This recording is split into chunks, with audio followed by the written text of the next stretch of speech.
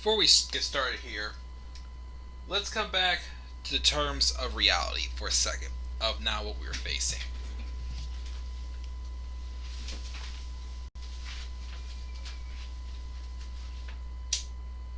Oh shoot. The light has gone out completely. Even so, well, I guess I'm going to talk like this tonight because of what happened on this episode of Monday Night Raw. The lights have gone out, pretty much. And that's what the true mastermind, well, could there be more to the story? We'll have to find out. So guys, what is going on? This is the Club of the Man 1993. The lights are out. And of course you can't see my shirt because I'm wearing a black shirt also. But we're here live for my very late live review of Monday Night Raw from the October 5th, 2020 edition of Monday Night Raw. You know what? Screw this. I'm not going to talk this whole time. Only at a certain point will I talk like that. But I thought that was kind of cool. But I will talk about that like that at a certain point. Anyways. So, again, I'm sorry this review is coming only tonight. 45 minutes until I want to watch AEW. I want to watch the 30-year celebration of Jericho. Drink it in, man! As we're celebrating 30 years of Jericho tonight on AEW. But anyways, yeah, Raw, of course, gets done at 11 o'clock on Monday nights. Most of the time, I'm not awake enough to do a review. I'm usually tired, just don't have the energy.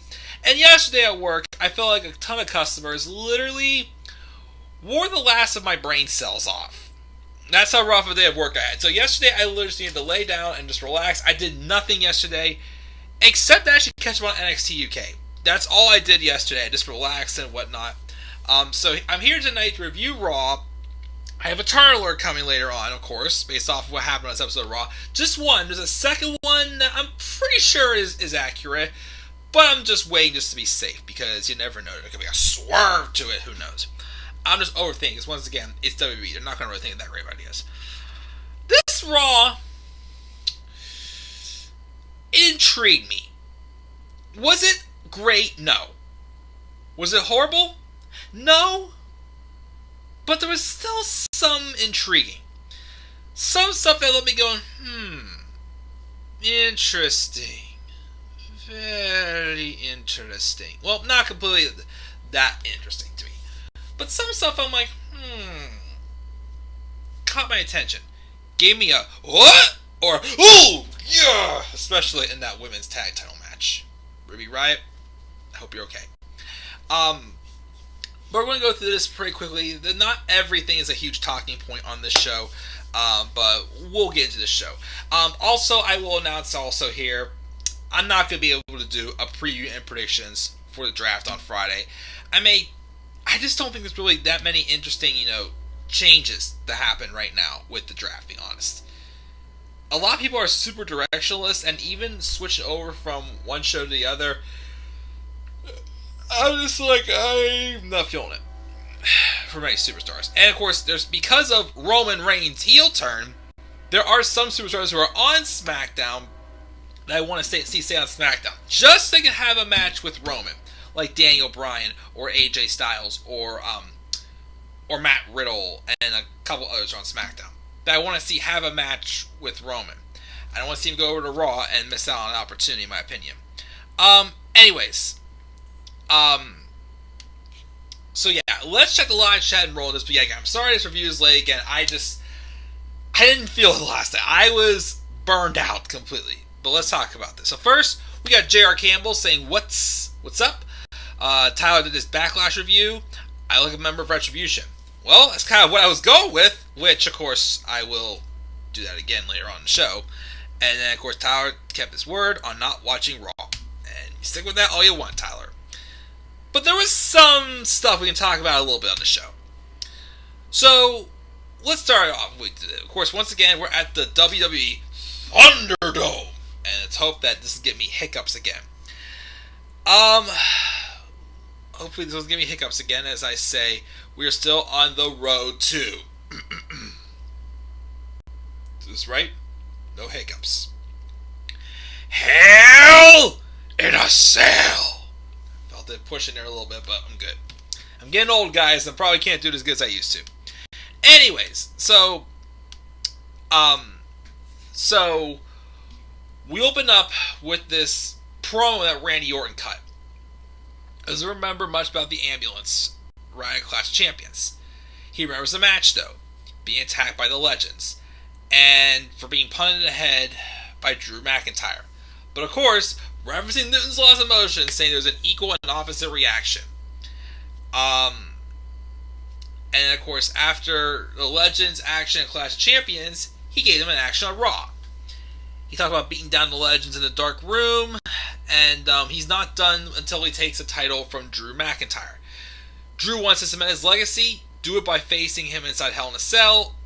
McIntyre comes in, and he beats down Orton, and later on it's confirmed that we're going to get that match at Hell in a Cell. Drew McIntyre and Randy Orton inside Hell in a Cell. So apparently, that's Hell in a Cell.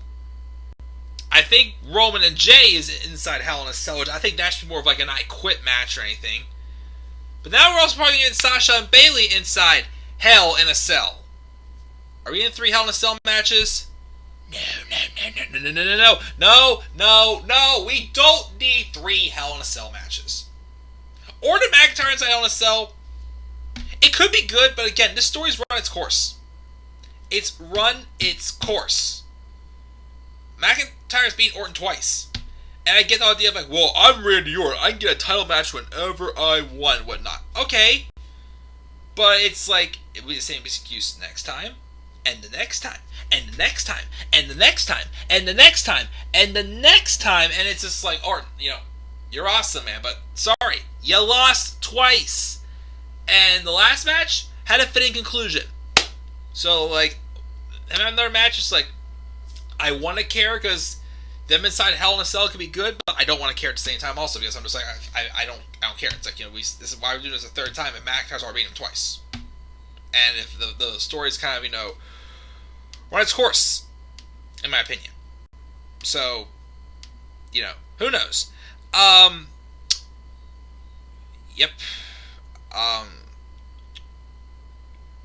me see here. Anyways, so then we have a 6-woman tag match. Asuka, Dana Brooke, and Mandy Rose taking on Lana, Natalya, and Zelina Vega. Match was whatever. The babyfaces won. Afterwards, guess what happens? Oh, yeah, that's right. Lana's out there. She has to get punished even more because her husband chose to go to AEW and basically tell WWE to shove your brass ring up your ass. And Nia Jax and Shayna Baszler make their return. They were not medically cleared to compete at Clash of Champions. What does that mean? Yeah, it's right. They were sick with a certain virus. And probably, who knows, but WWE can't come out and just admit the truth. It's just like, it's a laughing stock. But they come out, and what do? Just like they've done for how many weeks now? Beat down on Lana and Natalya and put Lana through a table with Samoan drop yet again. So as long as Lana is in WWE, Nia Jax is going to be Samoan dropping her fine self. Even though, again, I've really soured on Lana through a table. That's the next 5 years for you, Lana, unless you somehow get released. That's the next 5 years for you. Sorry. So that happened. When we have R-Truth working on a mock draft with Little Jimmy, and then Drew Gulak won a 24/7 title. This guy's a ninja. I don't care. We didn't get a recap of that. Here's some interesting stuff that turned into quite of a shocker. We see a recap of Mustafa Ali pinning MVP in the 6-man tag match last week. Ali, Cruz, and Ricochet are chilling backstage when MVP rolls up. And Mustafa thinks he's here to make an excuse, but MVP says, nope, but I'm here to talk about the draft. It's an experience, and he knows your career can change like that if you get drafted. Apollo Crews was doing nothing on SmackDown. Becomes a Raw, becomes a champion. Tonight, for one night only, he's got an opening in the Hurt Business for one of them. He knows they won't do it, but Cedric didn't either, and look what's happened now. Cedric's at home, probably sick, who knows, but he hasn't been shown on Raw for a few weeks. He sells them on it by further saying that no matter where they end up, if they're with the Hurt Business, they're golden. And then, of course, they have Ali and Cruz walk off, and Ricochet think about it, but it's like, you're not doing it, Ricochet. No, they're not going to do it. Again, for Cedric, great. Again, still should have been Apollo. I still think it should have been Apollo first. Ricochet, like, I don't care about him joining the Hurt Business now. I thought all of them would join the Hurt Business, but I'm like, no, you can only have so many. With how many heels we have anymore in the WWE these days, I'm like, we don't need any more. Even though, again, I think Apollo Crews needed that turn more. At this point, just make him a tag team with Cedric, him and Ricochet on Raw, because they have no tag teams. Unless move him to SmackDown, again. The Hurt Business was Apollo Crews' rocket ship. And they didn't put him on it, unfortunately. Let's dive into some a little bit more interesting stuff. We have Seth Rollins and Buddy Murphy come out. First off, why is Buddy Murphy, at this point, still with Seth Rollins? Of course, that changes later on. But I'm just like, okay, he's beat you down. He embarrassed you on live TV last week with those DMs with Aaliyah Mysterio. And, again, at this point, it's like, why is he still there? My thing was if Seth Rollins still had, like, the Authors of Pain, or, like, Austin Theory, or, like, I don't know, even, like, another Disciple or two, or something like that. If Seth Rollins had backup for him, then I see why Buddy Murphy's resistant. But at this point, especially when he embarrasses you on live TV, with those DMs to a 19-year-old girl, why is he still with him? Was he afraid? What was he so afraid of? Even though, yes, did Seth Rollins help, get his career going? Absolutely. I mean, yes, Murphy, in some ways, I still feel like came out looking like a winner, despite the fact that he lost 3 times to Aleister Black in their feud at the end of 2019, getting into 2020. But still, he came out going over, I felt like still. He came out looking like a built star. But still, you know what I mean. But anyway, so he gets in the ring. Rollins then demands the microphone from Murphy. But Murphy speaks first. He basically tells him, if he wants him to keep being his disciple, he needs Seth to apologize. Not to him, but to Aaliyah. Not the Mysterios, just Aaliyah. And I'm like, jeez. Rollins then gets in the face and swats the microphone out of his hand and ground him, asking if he understands how their relationship works. Messiah, disciple. Messiah, disciple. And apologize for what? He went easy on her. No, you didn't, Seth. Well, probably much easier than Murphy was to. Oh, I just nailed it there. Just like let me nail a couple other things later on about this feud. He went on. He could have easily exposed all the DMs between them, where Aaliyah apparently reveals her true feelings about her family. Yeah, right. Once again, as I said last week, Aaliyah is not staying in character on her social media accounts. She's not. Like, she's posting photos of how she loves her mom, she loves her boyfriend and whatnot. It's like she's not staying in character, which is why if you're going to have her there as just an actress, it's pointless. It's stupid. Anyways, but rolling on. So, all that he could have revealed. And also how, she feels ignored in favor of Dominic. But Buddy wants him to apologize? You apologize! You apologize! And you will! Actually, I'm sorry. Hang on. I want to do that in the dark again. Hang on. Because I find it entertaining. Hang on. You guys still see me? It's getting darker outside. You apologize! You apologize! And you will like it! I enjoyed that. Alright, anyways, hang on. Lights back on. They're going to go out again in a little bit. Her Business music's actually quite catchy. I might have to download. Anyways. Ooh. Shoot. Stinks. Anyways, so he tells him to apologize. So then out comes their opponents, which is Humberto Carrillo and Dominic Mysterio. They do a little bit of a beatdown before the match starts. The match happens. Throughout the match, the only thing I really cared was the fact that once again, Raw, Mysterio and Carrillo, Dominic and Humberto could be an interesting tag team, in my opinion. Maybe you could run the tag titles, something like that. But once again, Dominic still is not winning.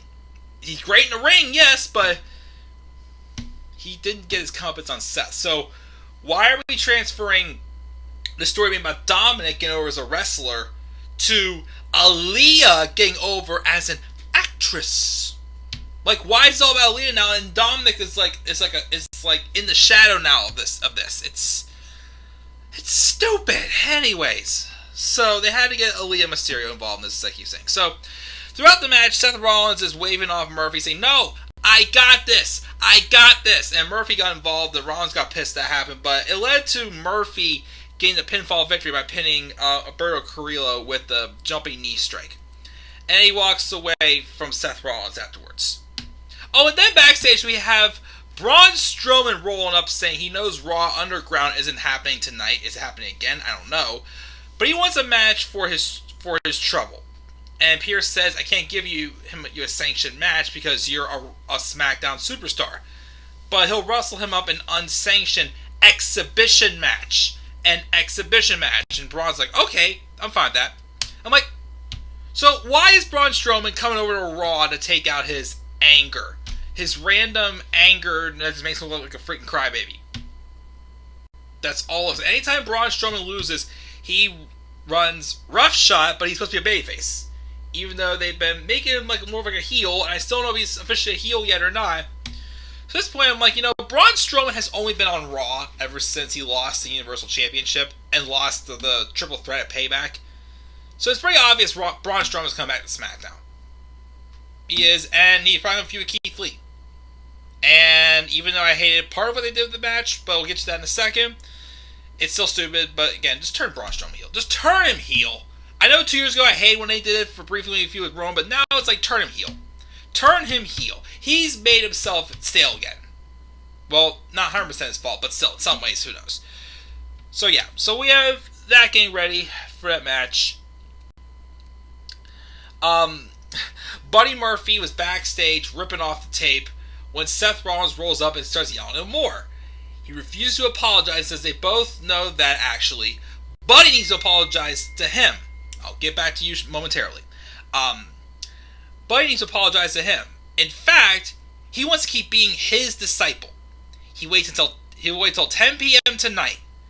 And if you don't apologize, you'll have hell to pay. So in the ring comes Kevin Owens for the KO show, who says he's usually excited to host this show, but tonight he feels different because he feels different. As it makes sense. He feels different about this tonight. He felt this way a couple days ago when he couldn't put a finger on why, but then he realized it's because people are right. When the Fiend touches you, I can touch you. Harry Potter reference, I'm sorry. You change. He feels changed because Friday was his first time feeling the presence of the Fiend, and it's still with him. The anger, the agony, the dread. He's at loss for words, but continues saying how tonight's different because tonight's show isn't about having a nice chat. They don't need chairs, which he tosses them all out of the ring.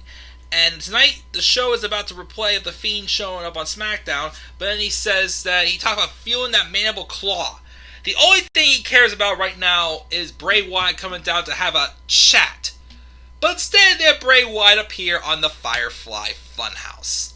Keep in mind, totally throwing out the whole idea that they buried the Firefly Funhouse the last time we were at the Firefly Funhouse. So, to be continued was not a to be continued. So, I didn't get that.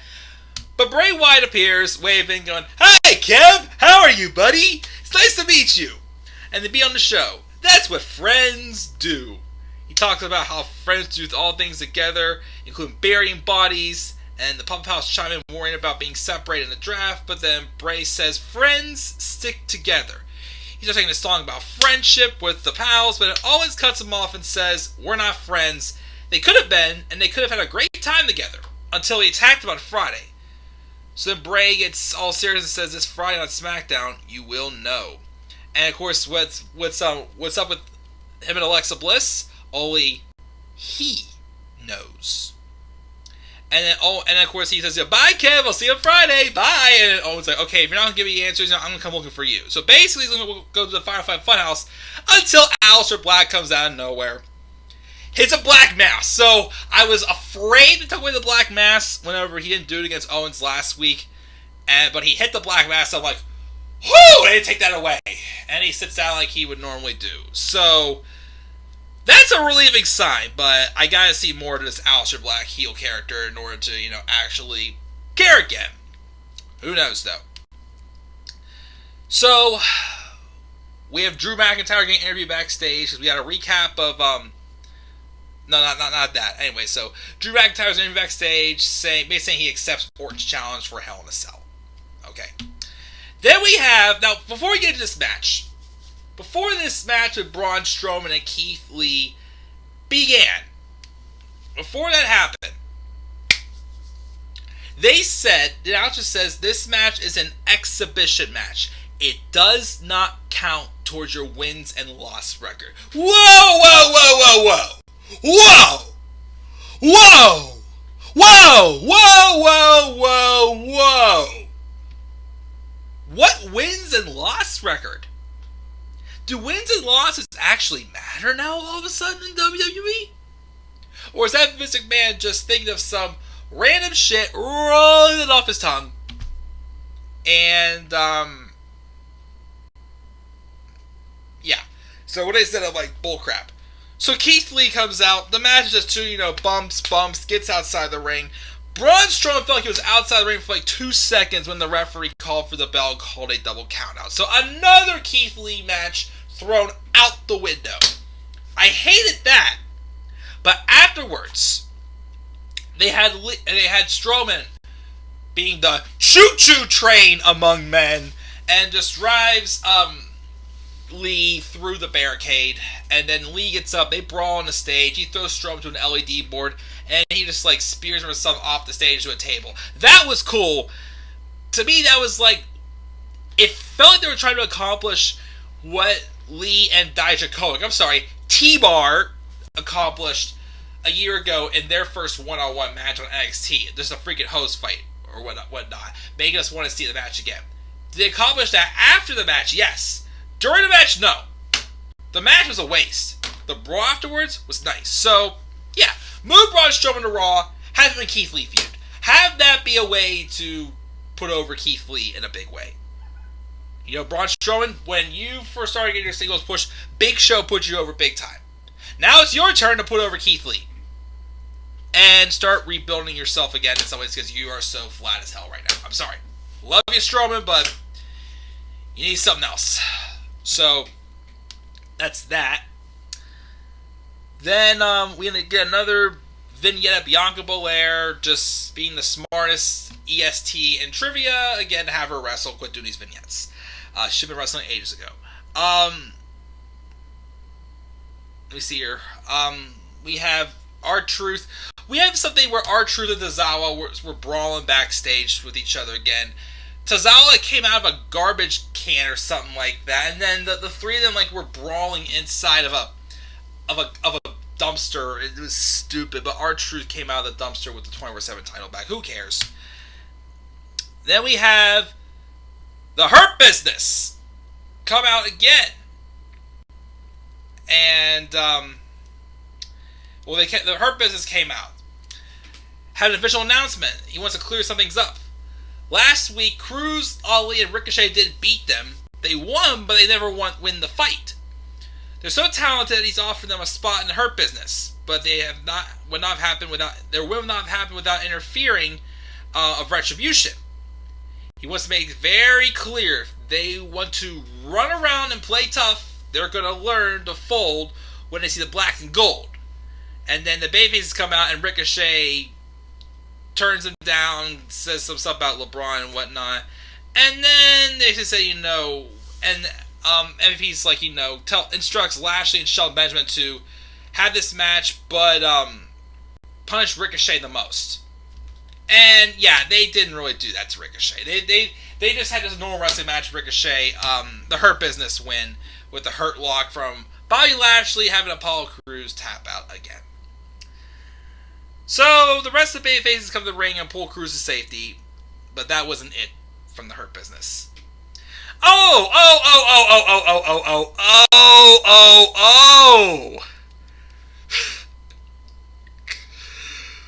Getting back to Buddy Murphy.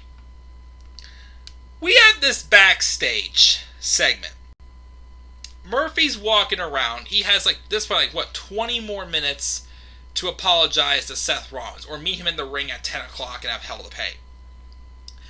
Murphy's walking around the corner and he gets his lights lit up because he notices his love interest we're doing right now.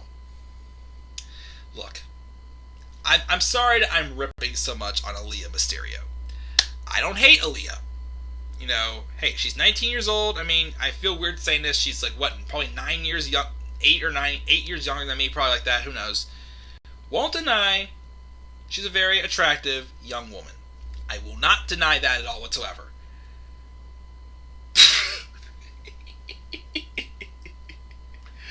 This awkward love story just continues because there is Aaliyah dressed up. Some people thought it looked like a nun's outfit or something like that without, the hashtag or whatever it was. Me personally, I thought Aaliyah looked like Little Red Riding Hood in a black dress. When I saw it, the first thing I thought, who is she? Little Red Riding Hood dressed up in dark colors now? Literally, it's like she's going skipping around now.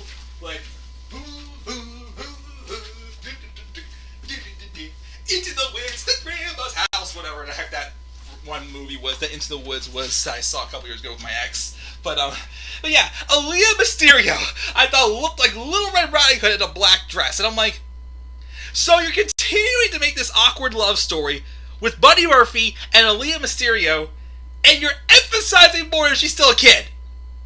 A kid in love with an old man. It's just so weird. So she was just like, you're not going to apologize to him, are you? And, first Aaliyah apologizes for everything. But then she reassures him that this isn't his fault, and if he's still going to apologize to Seth, he's like, I don't know. It's like, just for crying out loud, do it again. This man's abusing you. Whatever.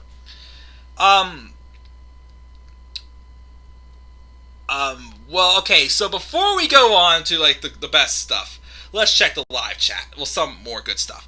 Let's check the live chat one more time. Let me see here.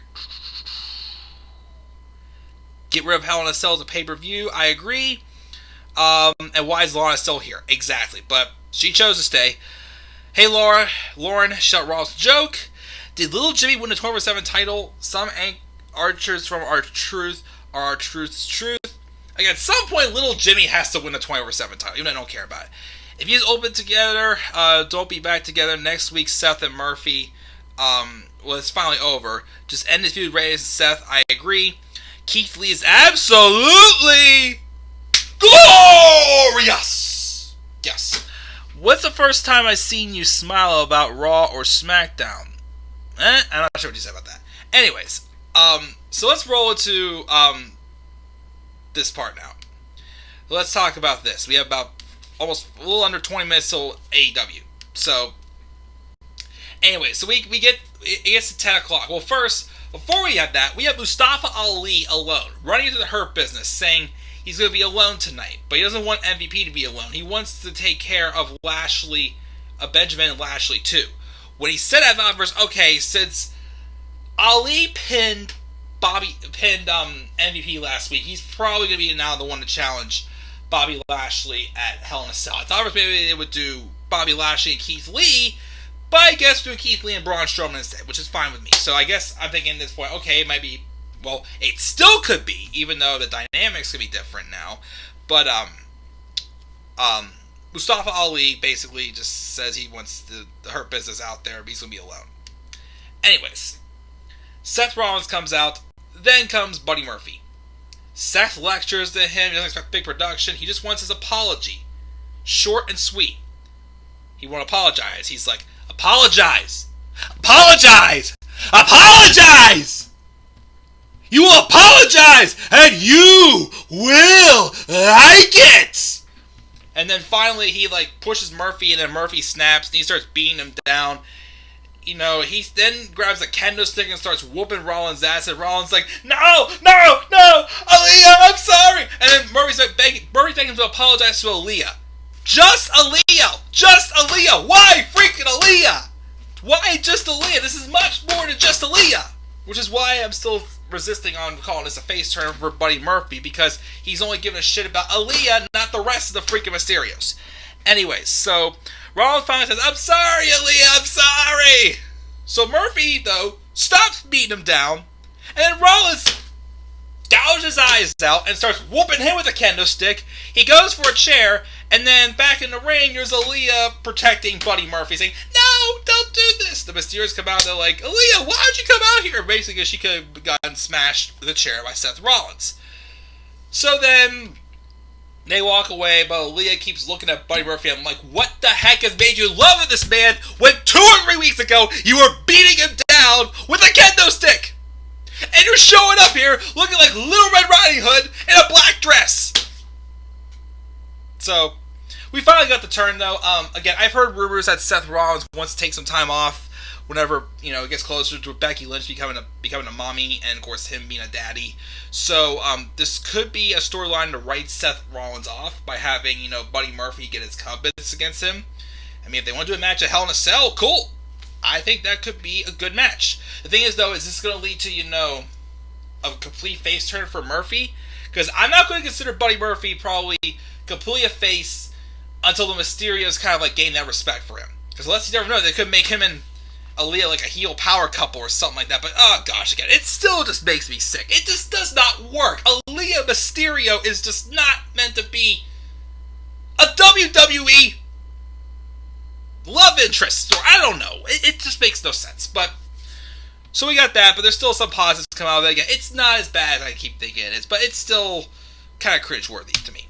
Anyway, so we got all that, blah, blah, blah. We have Nia Jax and Shayna Baszler on the Riot Squad. Only thing I cared about this match was the fact that Shayna Baszler actually looked pretty good. She, of course, every time she does that stomp to the arm when it took out Ruby's shoulder, I'm like, ugh! Like, that's one of the only things that makes me cringe, going, ugh! Like, it makes me cringe big time. Rest of this match, skippable. I was hoping the Riot Squad would have won the titles. They were kind of playing this whole idea of being a team thing tonight, even though I love you, Liv Morgan, but you were being... Liv Morgan felt like Brie Bella's begging, Nikki! Throughout the entire match. I think Liv was a little too emotional in this match. But Nia Jax and Shayna Baszler retain. So I'm like, yay, now what? What are you going to do now? Mandy Rose and Dana Brooke? Because they're both blonde hair, blue eyes, apple pie, America! Taking a page out of your book, Alex. Just Alex, for the Lex Man, of course. But, had to take a page out of it. So, yeah, so that match happens. So, here's the biggest talking point of the show.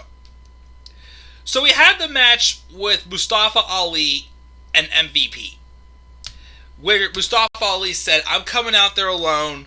You bring your boys out. Because once I get you, I'm going after Benjamin and I'm going after Lashley.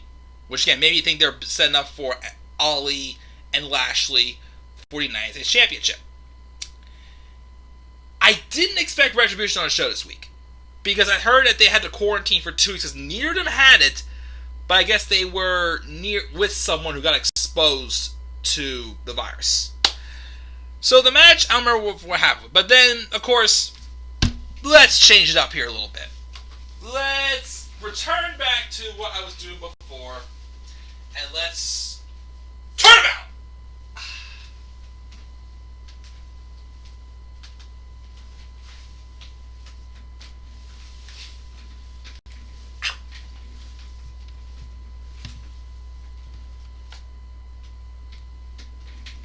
Alright.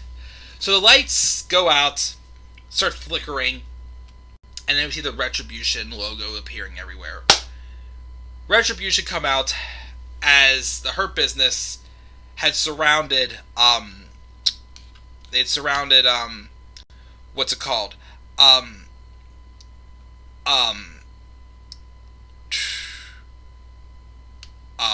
The Hurt Business had surrounded Mustafa Ali. But then when Retribution comes out, they're setting up to defend themselves against Retribution. Like, are you with us? Are you with us? And Mustafa Ali, for a moment, gets with them. But then he just nope, slides underneath the ring, and he goes toe-to-toe with T-Bar and Mace. I'm sorry, I'm saying their names. Dio Madden and Dominic Dijakovic. And I'm just like, okay, you have some guts trying to get out of here. But he stares them down for a good 5 to 10 seconds, turns around, and just goes, get him! And I'm like, what? They get in the ring, they beat the living hell out of the Hurt Business. Ali stands there and basically directs traffic. And when it was all said and done, they get in the ring with Ali. Ali has this smug look on his face, puts his hand down like he always does, shine the light, and then as we fade to black, commercial break, closes his hand as a sign of the lights go out. Did anybody else see that coming at all? I did not. So what does this mean? What do I think? Well, obviously, it's a heel turn. Mustafa Ali is basically revealed as the leader of Retribution. Is there somebody else, like Shane McMahon, or even like Triple H, or somebody else who could be, behind this? I'm not sure. Mustafa Ali is an interesting pick, though, to be the leader of Retribution. I'm not saying it's going to be great. This may have given a little bit of life to it, though, because think about this. Mustafa Ali there's been some speculation that Mustafa Ali was indeed the hacker on SmackDown. See how the truth will be told and shown and whatnot. Exposing, the weaknesses and whatnot. That's the whole idea of the hacker. And of course, Retribution originally debuted on SmackDown. But then as soon as Ali moved over to Raw, Retribution was there as well. And then, of course, he's posting stuff on, social media now, showing, everybody's asking why. All I'm saying is, why not? Showing, each members of Retribution, how they came so close to something, got it pulled away. Such as whenever Brock Lesnar interfered and won the Money in the Bank briefcase last year. Because Mustafa Ali, apparently, was supposed to win that before he went with Brock. So, there was that. They're showing, Dijakovic. And this falls in NXT. Dio Madden getting beat down by Brock Lesnar. Mia Yim, not sure why, or Michelle Martinez either. So, there is some connecting the dots to Mustafa Ali being the leader of Retribution. My thing that concerns me, which I will probably talk about this again in my turn alert. Does WWE have enough faith in Mustafa Ali? Because, this storytelling is something out of WWE's comfort zone of them actually trying. If you know what I mean. If they actually do try to tell a story. If they tell a story, this could be intriguing. But I don't trust WWE, especially if they already kind of fed Mustafa Ali to Riddick Moss on Main Event. Of course, you see, in the main... I saw one or two highlights from his match on Main Event showing a little more of an aggressive and frustrated side. He's tweeted some stuff, so that could have been the works to connect the dots. Again, this could work. It could. Will it, though? We'll talk more about it in my turn alert that I will do after 7:53 right now. So I'm gonna get up and turn the lights back on again. I just want to finish out this show like that. And the main event was Dolph Ziggler, Randy Orton, Robert Roode taking on Drew McIntyre and the Street Profits. Match was fine. Orton won though, pinning McIntyre with one RKO. I thought it was kind of weak to have not even kick out one RKO. Who knows? But who knows? But yeah, so that happens there, and that's how we got the show. So check the polls first on Twitter. See what grade gave the show.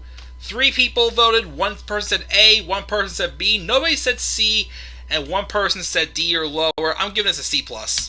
C+, again, the stuff with, Murphy and Rollins, if you take Aaliyah out completely, well, it's not as terrible as I thought. They're actually going somewhere with this whole thing with Murphy and Rollins, but of course with Aaliyah now kind of being like, the meat of everything, and just like, come on, this is stupid. So there's that. Then we, and of course, Ali, being the leader of Retribution, got my attention, despite the fact that the exhibition match was quite dumb. I still am intrigued by seeing what they do with Braun Strowman and Keith Lee. Again, Orton and McIntyre is decent, but again, I'm already tired of their matches. I mean, yes, they've been good, but I'm like, it's run its course. And other than Shayna Baszler, dominating Ruby Riott, I didn't care much for the women's tag title match. Everything else, I'm just like, whatever. So, C+ for me from Raw. Let's check the live chat before I go off the air and go watch 30 Years of Jericho on AEW.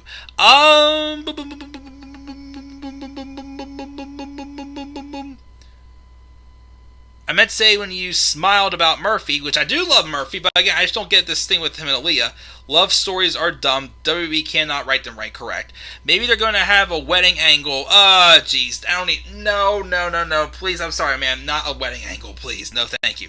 Get rid of the women's tag titles, I agree. Why do you make that noise every time you say Nia Jax's name? Again, I'm a big fan. Those of you who watch either Deluxe Fan or just Alex, when he always, of course, rips on Nia Jax about how bad her acting skills are, and like one of the first times she freaked out, she sounded saying like, hey, so every time I say Nia Jax, I go, hey, because it's be funny. So that's why I do that. Maybe this has something to do with tying in with the hacker gimmick. Again, yes, definitely. I hope that's what they're going for with. And again, it would work. And it's going to never mind, Tyler said. I'm not sure what it means.